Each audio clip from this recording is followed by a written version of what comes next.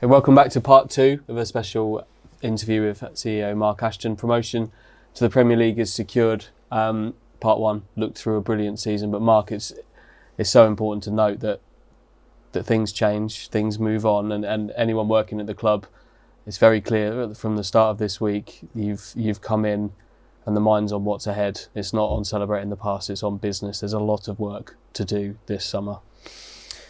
Yeah, and I'm glad you've raised that, because whilst I've loved the celebrations and I've enjoyed every minute of them, we have to now put them in the past pretty quickly, because we have business, and we have serious business to get on with quickly to make sure that this club is prepared for the Premier League and for the first game of the season. And that's going to bring some challenges, but challenges that I'm sure we're ready for. Yeah, we'll go through a few of those challenges in a moment, but first, you've been a Premier League CEO in the past, but I can imagine the landscape's pretty different now. It's a different league, a different challenge. Yeah, it's been a while. Myself, Luke Ware and Tom Ball were in the Premier League's offices yesterday, looking at financial fair play, looking at rules, regulations, a lot of compliance.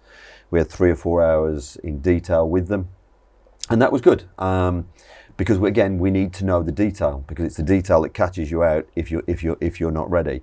But the landscape has changed since the last time I was in the Premier League, because of my relationship with the EFL and the EPL. I think we're fairly up to speed on a lot of it, but we need to know the detail. The whole football club has a formal induction next week, you included, on what's going to be required. There's a lot of work to be done. Should we start with some of those areas? Because I think some of them will affect supporters, others won't. Yeah. But it's important to be transparent about those. Should we start with a few? One that's been spoken about for a long time is safe standing at the stadium. Some fans have talked about wanting that. It's something that the club's been thinking about for a long time, but it will impact supporters. So can you talk us through where the club's heading with that? Yeah, and I think this is a good opportunity to go through some of the core projects that have got to be delivered and the impact that they will have.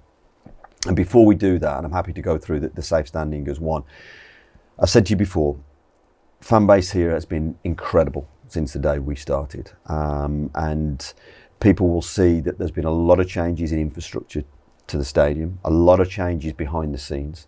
And we have had to move and alter things operationally to deliver 30,000 fans almost every single week. That brings its challenges. The Premier League is going to bring some challenges. So back in January, under Section K, a Section K rule, the Premier League visit and audit a number of football clubs who they think have the opportunity or may be promoted to the Premier League that season. We were one of them. So out of that audit came 15 plus major infrastructure projects that we actually have to start to prepare for in January, February, March this year.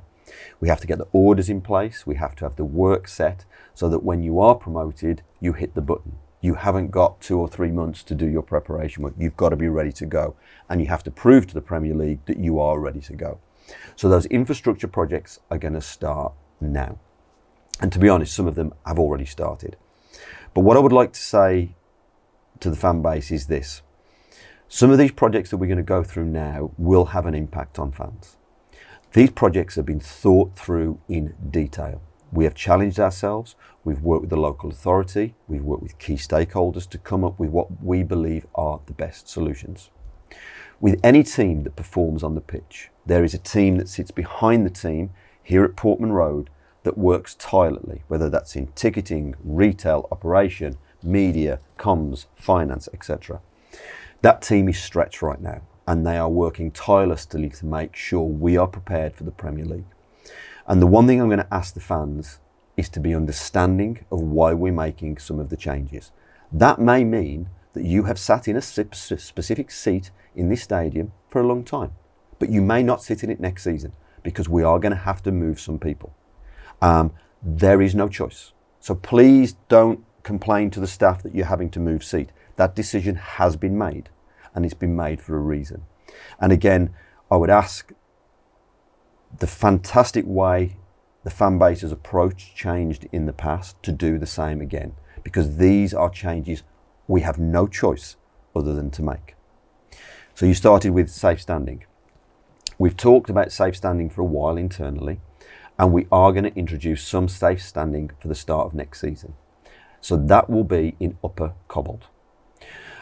We have a challenge in upper cobbled because of the rake of the stand, and having discussed this with the local authority and the safety advisory group, it is the most logical place for us to test safe standing. So a number of the seats in the upper cobbled will change to safe standing, and that includes A block and where the away fans, or the majority of the away fans, currently go. We have debated whether we start this in the north stand, the south stand, the west stand, and this is the logical point for us to test it.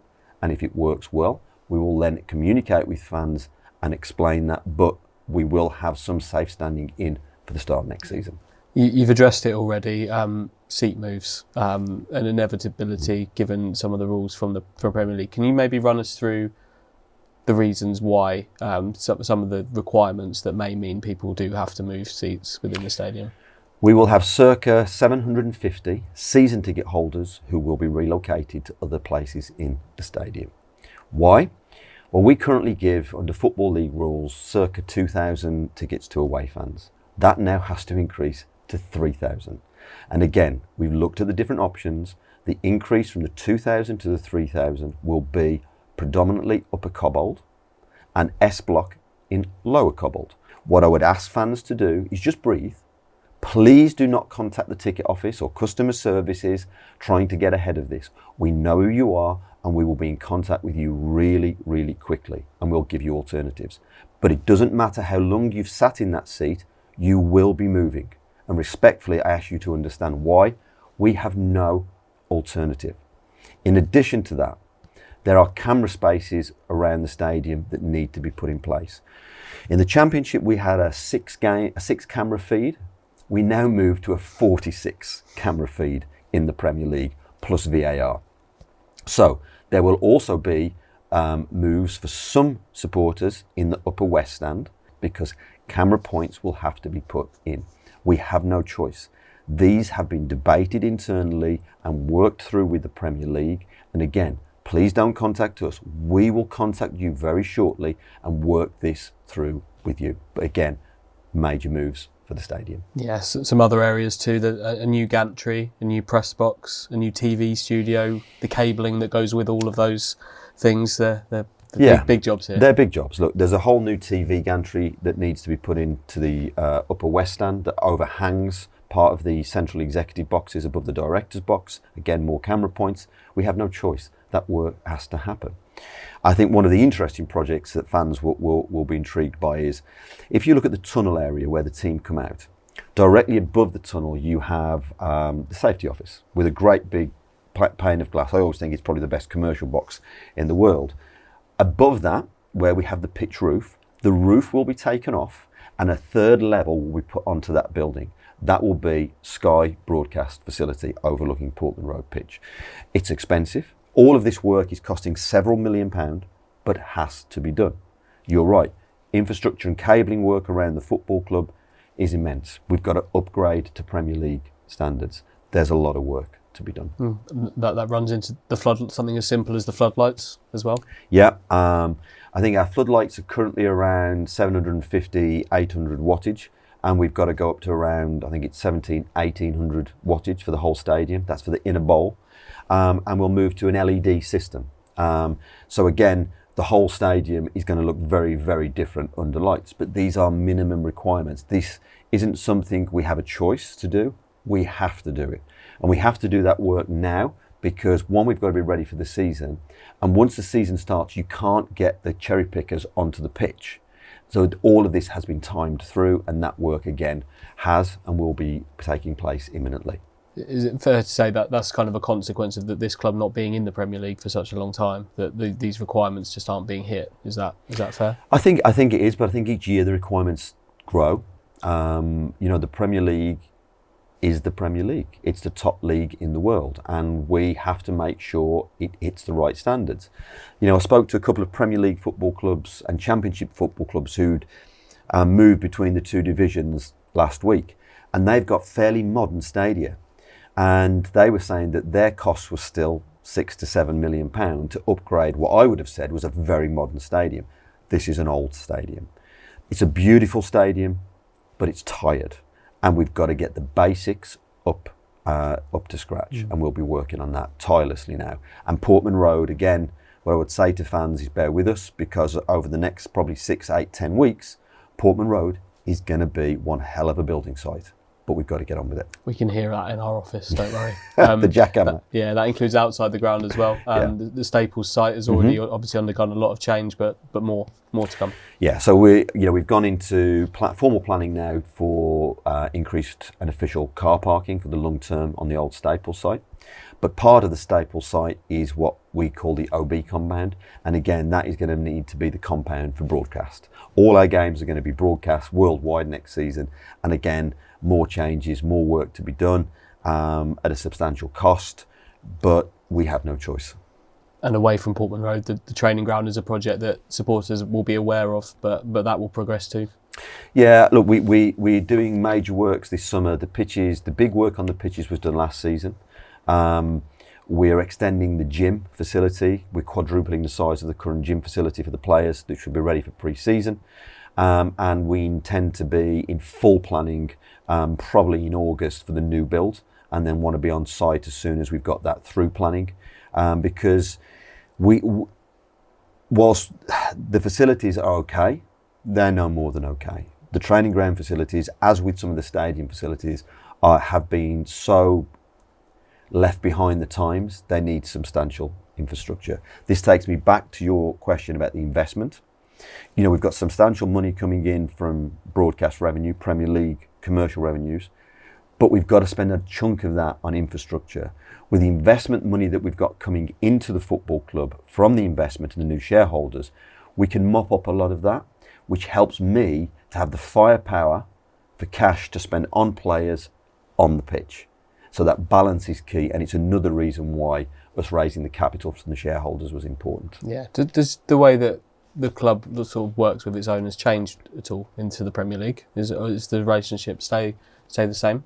No, I think it's something that particularly Ed Schwartz has been really keen on, and we've had discussion. We had a board call on Friday last week.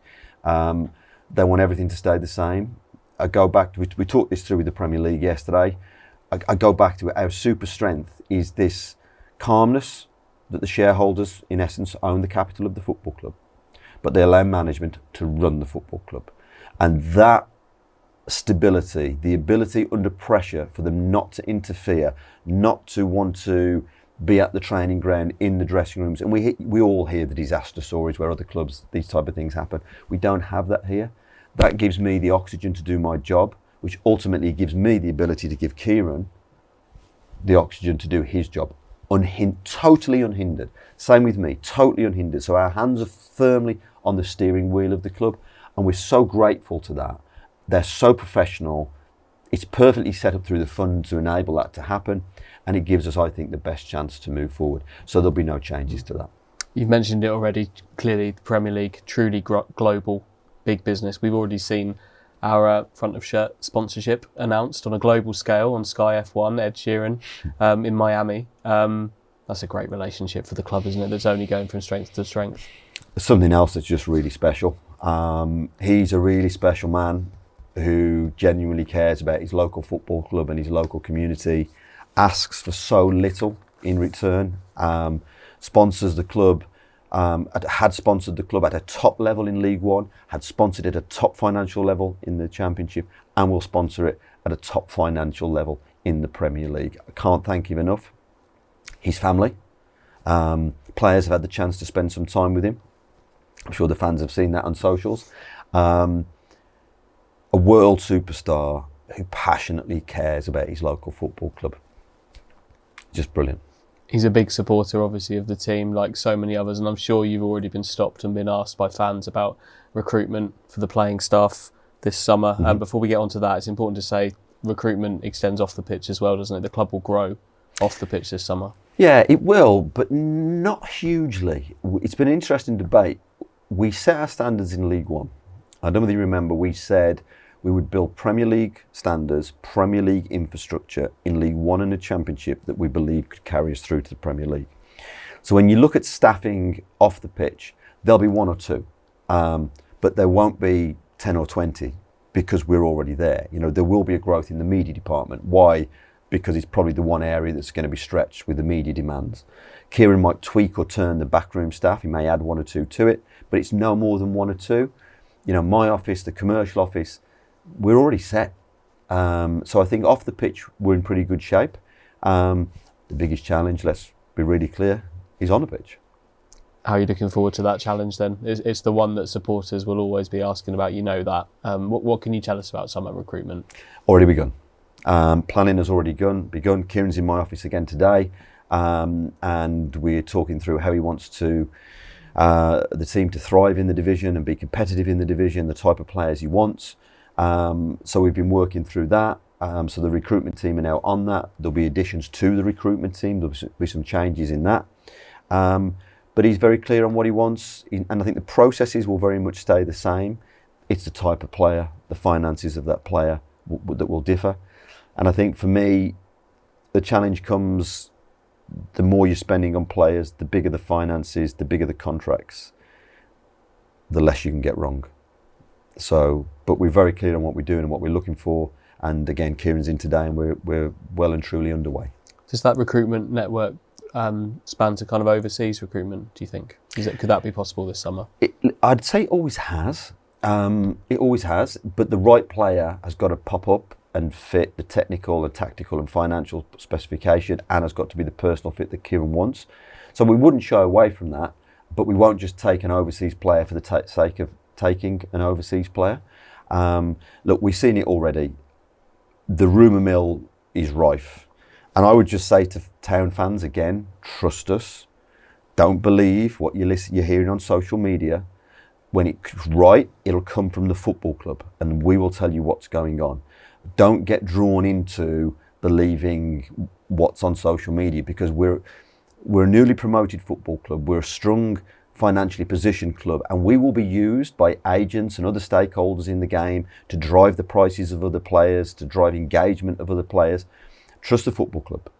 We'll communicate to you as clearly as we can when we can, but until it comes out from the football club, it's not fact. How big is avoiding the playoffs and the extra few weeks that go along with that? How important could that be for us?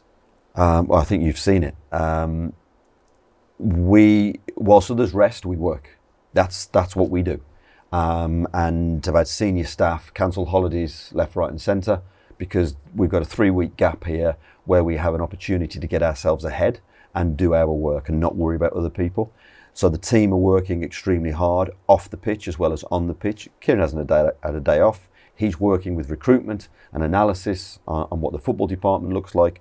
The team behind the team at Portman Road, as I've said, please be respectful to them and be respectful of their time usage, because they have got so much to deliver. But that 3-week opportunity, that window of opportunity won't be wasted. Everyone is clearly working hard. We talked about inward recruitment there. What about the other side of the coin? Does promotion give us a tighter grip maybe on players that no doubt will be coveted elsewhere following the seasons that they've had? Yeah, I think it does. I think clubs probably look at us, whatever division they're in, as a difficult club to take players from now. We've talked about this before. I think when we joined, we were soft. We were easy pickings. I bought from the club. I took Adam Webster from the club. We've talked about that kind of deal. It felt like a selling club. We're not a selling club now. And that's why, again, the investment and the shareholders and the backing of that board and the backing of that group is key. Because if someone tries to take a player from this football club, 1, it's not going to be easy. 2, it's going to be a very big number. And 3, right now, I'm not sure any player wants to leave this football club. So it helps. It makes us more robust. But again, Kieran, from the day he joined, has never been under any financial pressure to sell anyone. That remained the same. A busy summer ahead. While we've got you though, I'm going to ask you if you can tell us anything about pre-season, any plans in place, any games in place. What can you tell us about that? Yeah, again, we've debated pre-season. We debated whether we went to the US, whether we went farther afield. But Austria worked really well for us again. So we're going to be announcing the details on a pre-season trip to Austria. We are also going to announce a friendly against Fortuna Düsseldorf And I know that's something the fans have talked about since we joined the football club. So that is now agreed and be announced formally with the details later. That is locked in and will happen. But the core pre-season will be in Austria this summer. And that's where building blocks are laid, aren't they? In those trips. How do you view the challenge ahead then? It's clearly a challenge. It's going to be a challenging summer, and when the summer ends and the season starts, there's a real challenge there. So how do you view that challenge? Preparation is key. Keir and I have debated this at length about how best to approach the Premier League, and I think we both go in with a mentality we'd like to thrive. And I think whilst that's going to be difficult and not easy, you have seen teams like Brentford, Brighton, to name a few, who it's fair to say have done really well and faced the challenges head on and have grown and thrived in the Premier League. We'd like to see that to be our approach, but it won't be easy. We are going to need to bring in players with different ability and different types of ability. But the one thing's for sure, whatever that looks like, both on and off the pitch, come the start of the season, Andy, you know us well enough, we'll be ready. Yeah, some outward looking in, it can look intimidating, can't it? It looks like the three that went up to the Premier League in this current season, it looks like they're going back down. But if you look back historically, the season before, they all stayed up. It's nothing to be intimidated by. No, but again, if you go back to the Championship, I heard this at the start in the summer.